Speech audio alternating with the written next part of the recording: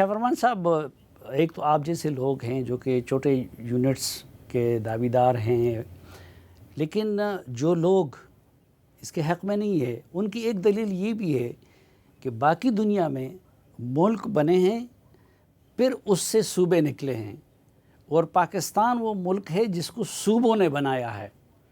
تو ادھر بنیادی حیثیت اور اہمیت موجودہ صوبائی سٹرکچر کو حاصل ہے. دیکھیں، یہاں پر لوگ پالیٹکس کرتے ہیں اپنے کاروبار کو تقویت دینے کے لیے. یہاں پر لوگ پالیٹکس کرتے ہیں کہ وہ کاروبار کو پروٹیکٹ کرے اور ٹیکس نہ دے. یہاں پر لوگ پالیٹکس کرتے ہیں سٹیٹس کے لیے. یہاں پر لوگ پالیٹکس کرتے ہیں وڈیرائزم کے لیے.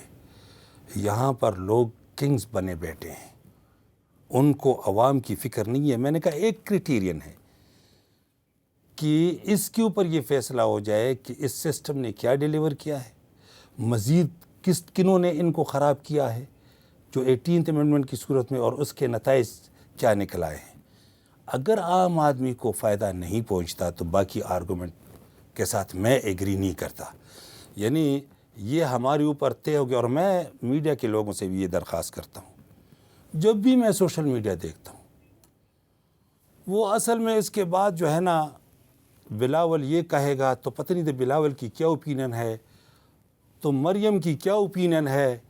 آپ کو حمزہ شہباز یہ کہتے ہیں او بھیا فری اینڈ فیئر الیکشن کراؤ، اگر یہ یونین کونسل جیت گئے تو میرے ملک میرے اوپر تھوک دینا. میں یہ کہہ رہا ہوں کہ جو لوگ اس نظام کے حامی ہیں، جو پاکستان کے انٹرسٹ میں فیصلے کرتے ہیں، جن کی وجہ سے ادارے اور عوام ایک پیج پر آ جائیں گے، میرے یہ درخواست ہے. اپنے صوبے تو اپنے صوبے ہیں. یہ ابھی انہوں نے کشمیر اور گلگت بلتستان میں کتنی سیٹیں جیت لی مریم اور بلاول. وہ دیکھو، یہ تو اب مت پوچھے نا، اس کے اوپر میں کمنٹ نہیں کرنا چاہتا. آپ کو اب میں آپ کو قسم دے دوں کہ آپ کو نہیں پتہ ہے کیسے جیتے ہیں، بس چھوڑ دیجیے.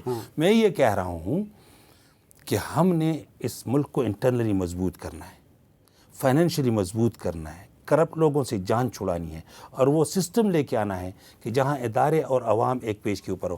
میں صرف یہ دیکھ رہا ہوں کہ اپنی جو ہے وہ پریشانی کی قربانی دینی ہوگی. اگر کوئی ناراض ہے تو قربانی دینی ہوگی نیشنل انٹرسٹ میں. میں آپ کو بتاتا ہوں اس ملک کو آگے جانا ہے اللہ کے کرم سے. تو میں اس لیے کہتا ہوں کہ جو اس نظام کے بھی حامی ہیں، وہ ان سب جو لوگ ظلم کریں ان کے خلاف ہے، وہ باہر ہیں.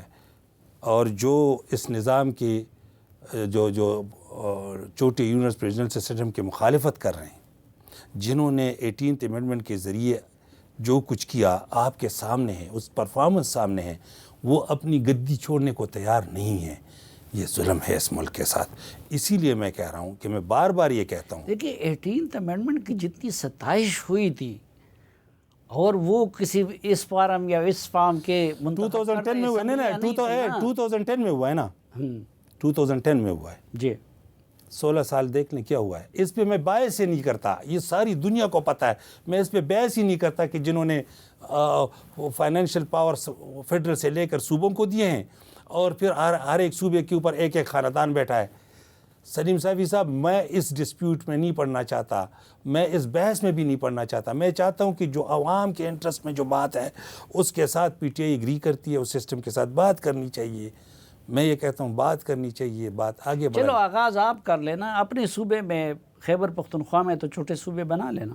دیکھیے جو پروسیجر ہوگا اس میں تو کوئی حرج نہیں ہے. ہم نے تو یہ نہیں کہا. آپ مجھے یہ بتاؤں پی ٹی آئی کے کس بندے نے آج تک یہ سٹیٹمنٹ دی ہے کہ یہ غلط ہو رہا ہے؟ کسی نے کہا ہے؟ کسی نے کہا ہے؟ نہیں کہا، نہ کہیں گے بھی نہیں.